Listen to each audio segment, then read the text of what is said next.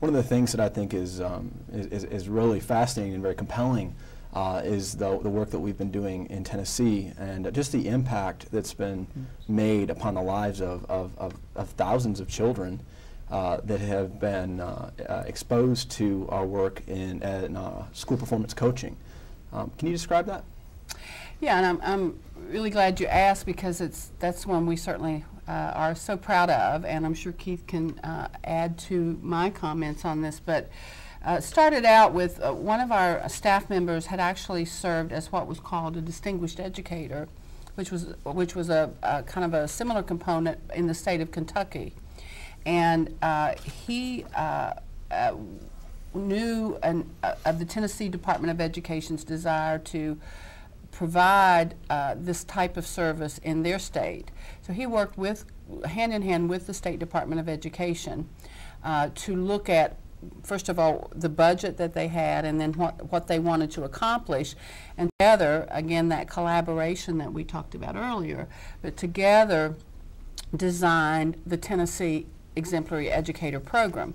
And that program has been in existence, I believe now, 6 years, and what we have done there, we have again, working closely with the Department of Education, we have done the recruitment and hiring and ongoing training of a number of exemplary educators that has varied. I think now we have around 100 working in that area. We've had more, depending on the contract and the dollars that were available, but the whole premise of that coaching piece is that helping low-performing schools and some districts, kind of that external resource of having a well-trained, seasoned individual, the exemplary educator, and those individuals tend to be retired educators, including they've served as superintendents, principals, lead teachers,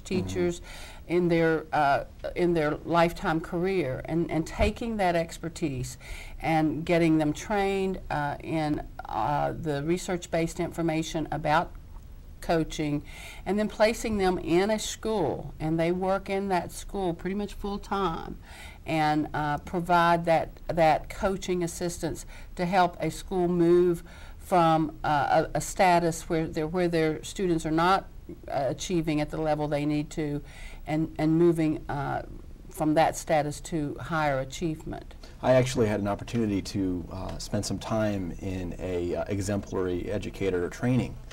And one of the things that I found about this form of technical assistance and professional development that Edvantia provides is that the educators were provided with a toolkit, but it was always context-based. And in addition to knowing best practices, they also had a skill set in knowing how to effectively assess the culture of that school, and know how to utilize those tools to create strategies that help improve student performance. And I thought that was a really interesting thing. And I also know, Keith, this has something to do with No Child Left Behind, doesn't it?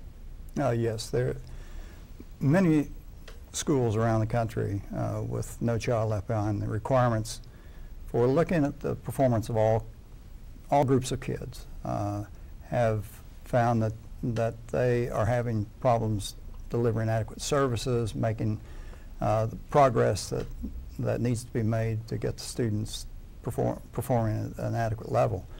And this approach helps the Departments of Education have staff, very capable staff, who can go in and do that kind of work. And that's one of the issues that we look at around the country, having people with expertise and the time to go and work with the school system and do it on an ongoing basis rather than pop in, pop out, and the systemic part that we referred to earlier. That's an important piece of it.